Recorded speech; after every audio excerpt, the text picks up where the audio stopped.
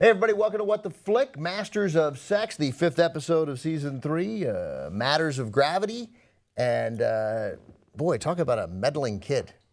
Yeah, love Jesus. Yeah, Tessa is stirring the pot this week. What a her great, mom's business. what a great, this whole part of the show in this episode, this whole part of the episode was great. I loved it. I loved all the layers of, you have 3 generations of girls in this family, of women in this family, and how each one thinks their actions is going to affect the perception of the other generation.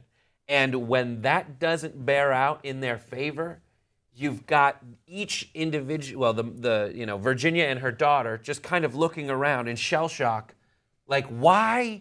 Wait a minute, there should be rules and repercussions to behavior. You have Virginia who's trying to tell her mother, this is what I'm doing and here's why it's worthwhile. You have the daughter looking and saying there should be negative repercussions for sleeping with Bill Masters. Right. And that all that just evaporates, even though everybody has all the information. Right. It just evaporates. Yeah, There's the no mother is ultimately, Yeah. Frances Fisher, by the way, Yeah, is basically saying, well, this is great. Now all he has to do is steal him away from his wife. Yeah, it's so Right, bad. as if it's winning the garden contest in the neighborhood. Yeah, Right, yeah. And then we're good. Right. Everything's great. Then everything's So fine, good. yeah. Which now drives Virginia into the arms of Josh Charles. Yeah, which I'm fine with. Yeah. I like him. I've always liked him. Yeah. Knocks Overstreet. You know? Did you see the Food Room? No, what's the food room? Amy Schumer parody of like every Aaron Sorkin show set in a Oh, fast food place. Yes, I did. And Josh Charles is the manager. Yes, that's absolutely right. Very That was funny great. stuff. They also, because Josh Charles, then there's the sort of dual, there's Bill's speech and the inability to define love, like gravity, and also Josh Charles's, like, also inability to scientifically identify lust. Right. When he's explaining. Here's what's good about this show is they have been able to, which I didn't think they were able to do in previous episodes, the second season. And again, I keep coming back to how much better this season is than last season. And this is why I think they do thematically pull out things. They just do the theme and then they illustrate it with all the characters. And although there's definitely one speech per theme that gets me as a little much all the time. Well, I was going to say, some of the parallelism, I think, kind of goes overboard. Oh, yeah. Like in this episode, you've got Washington University guy coming crawling back to Bill because he wants to get his kid a deferment because his kid isn't going to be able to survive in the war. While Bill's son is being bullied at school. So they're the same to get it with the... Right, Yeah, and then while Virginia's trying to get her son, out of the... Well, that's true. That doesn't So really come up this episode, but... I definitely noticed that. Sure. And it definitely, there's always one of those, like, fingers on the chalkboard. Why are we saying things when you have such good actors you could just show me in a second? Yeah, like I think it's much more subtle, for instance. I mean, the show can do that kind of thing really well.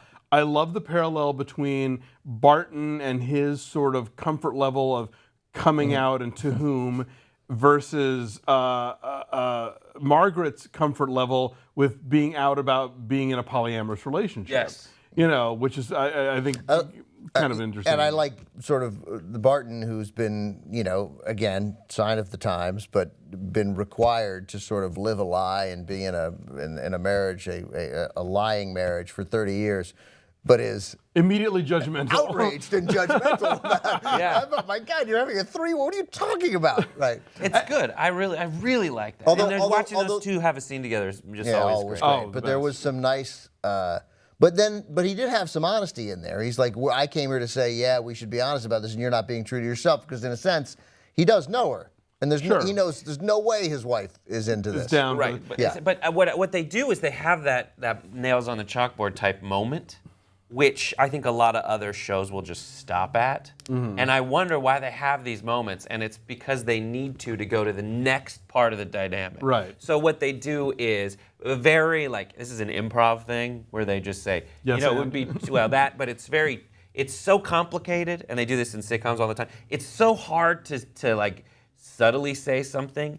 you might as well just pull the tooth out and just be like, "Hello, my brother. I'm glad we're here on vacation because our parents aren't here."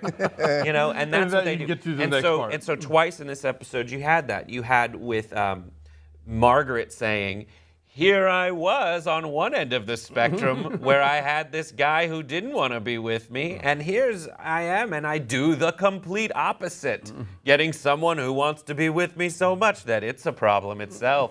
And then also Bill has the same thing later in the episode where he says, you know, my son's being bullied at school, and whether it's a bully at school or plot point B in this episode, it's my former headmaster or whatever. Yeah, the hell. it's hard to write around that sometimes, definitely. And it's funny because, you know, Bibbs and I were talking about how this week on The Strain, somebody gets thrown off of a moving train, which Hannibal had already done this season and maybe did it a little better.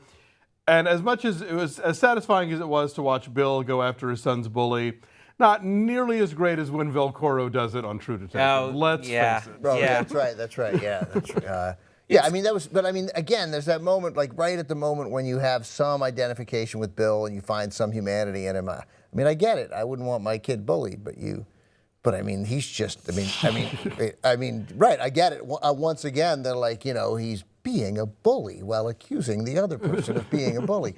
Let me ask you guys this, because I was just curious, because Barton, of course, decides that he's going to know, he wants to tell Alice and Janney, it's okay. We should be honest about our situation. Whatever you need to tell him is okay. So he goes over. It's a standard movie and television move of I'm not going to phone.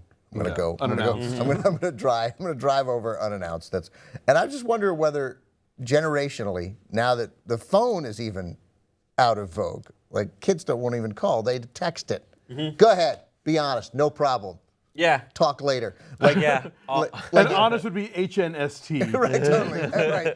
Right. I wonder whether it's going to be even odder to make those calls in movies. Like, is it going to be even as the idea of actual? I don't know. I mean, I'm not trying to ask some giant question, but it's always No, it'll be great because you'll see they'll be texting visually and they've solved the problem where just the little animated bubble comes up on screen and it slowly floats up and pops as they go. Yeah. Yeah, but I mean, I think it literally almost every time. Like, nope, not going to call. Not even going to call and say, I'm coming over, I want to talk to you. Like, not even that. I mean, maybe they were gone. Right. So, and then also the incubation period of the idea to go until you get there. Right. And just, I think a lot fewer of those would actually happen because you would drive and you haven't, like if you're texting, you're just like, oh, I probably shouldn't have sent that text. Right. But in 25 minutes on my drive, this isn't such a good idea. Well, you know, he's the kind of guy who wouldn't have the thought that it wasn't such a good idea. Right. Like, In of Barton's course case. I'm welcome whenever I want to come over. Make sure. And we learned, did not we learn got such about kind. Betty and Sarah, that Sarah Silverman still exists, that they're together? Oh, that's who she's talking about. She Oh, said, right. Oh, yeah, she yeah, said yeah. Helen has a sciatica or that's whatever, right, and I right, fixed right. it.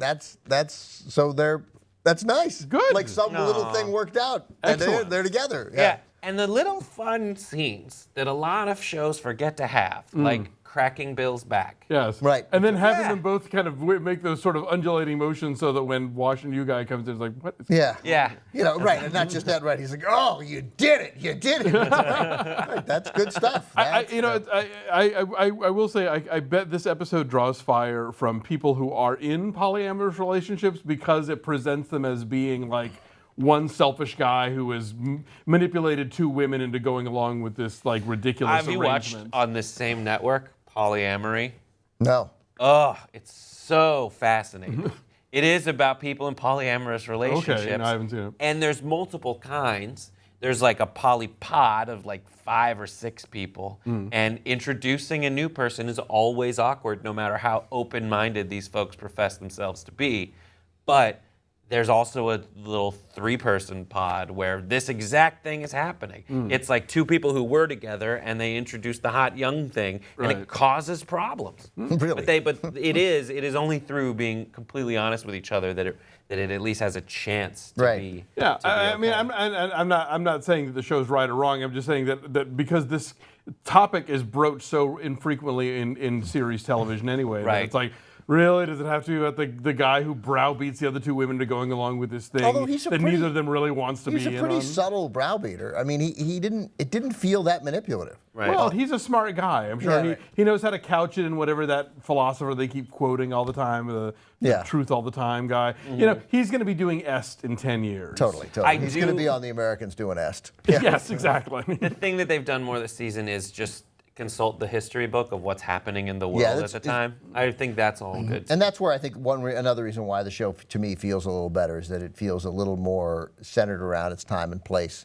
a little less about them and the study, even though that's still its backbone. Right. Even though they're- the kids are all fake.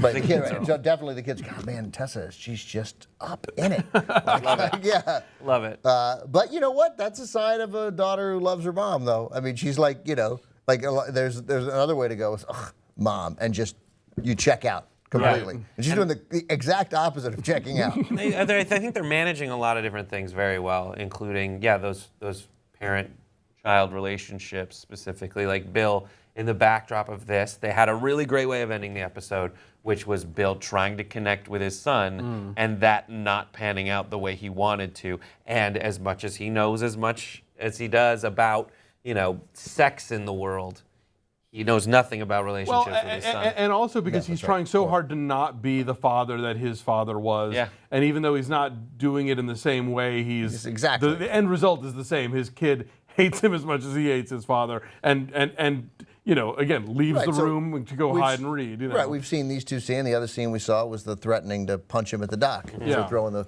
For 0 for the, 2. Yeah, 0 for 2. I think many more, but we've seen those two. No Okay, question. so that was episode 5. Many more to go. We're right in the smack dab middle of it. And we will see you next week for more Masters of Sex.